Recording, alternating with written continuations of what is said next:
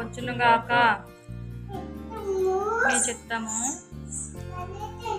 పరలోకమందు నెరవేర్చినట్లు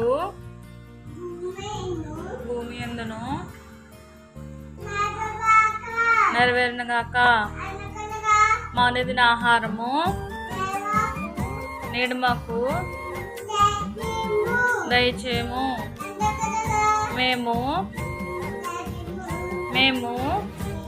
మా రుణస్థులను క్షమించిన ప్రకారము మా రుణములను క్షమించుము.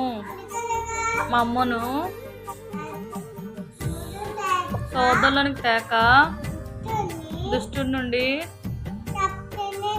తప్పించుము. ఎందుకనగా రాజ్యము, బలము, మహిమ, ఘనత నీవే ఉన్నావని నమ్ముచున్నాము తండ్రి. ఆమేన్.